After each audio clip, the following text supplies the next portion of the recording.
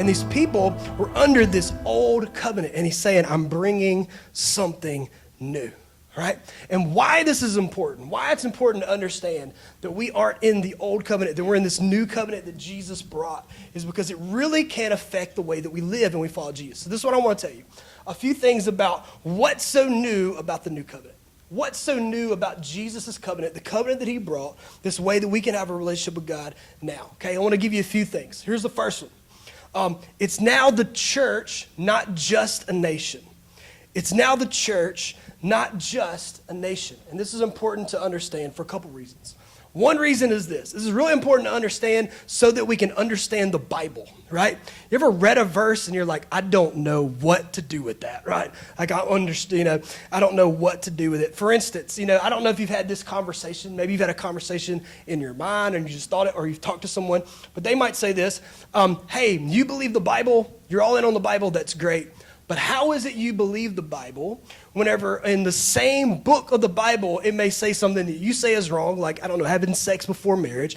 And then also in the same book of the Bible, it says things like, don't eat shellfish or get your hair cut, right? It's like, you get your hair cut. I've been to a crawfish boil with you. Like, why do you pick and choose? You ever thought those kind of things? Or maybe someone's asked you that, right? You're like, what's going on? It's all in the same book of Leviticus. What's going on there is God is giving specific law to people in the old covenant. In a covenant that we're not in, God is telling his people, the Israelites in the old covenant, this is how I want you to live. And there were different laws that God put in place, but a lot of them were civil or ceremonial law.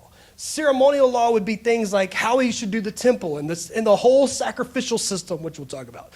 But also some of them were just civil law, like God is giving them laws as a nation, right? Kind of like we have laws in the city, like we can't drive faster than 55 on Burbank legally, you know what I'm saying? Like we're not supposed to go faster there. We have laws that we have to follow, and God also gave his people those laws. And those laws we're not under. That's why you might wonder, where are we at on that? Where's Progression Church at on shellfish? This is how much we're in on shellfish, all right? We're trying to figure out how to have crawfish on Easter Sunday. That's what we're trying to figure out right now, all right? We're all in on shellfish, right? But even if you read throughout the New Testament, these things get addressed. Like for instance, eating, right? This is something that was hard for even the disciples who were coming out of the old covenant and into this new covenant that Jesus brought. It was hard for them to get on board with, so much so. If you read in the book of Acts, Acts 10, God has to give Peter a vision multiple times for him to understand that things that used to be unclean are now clean, right?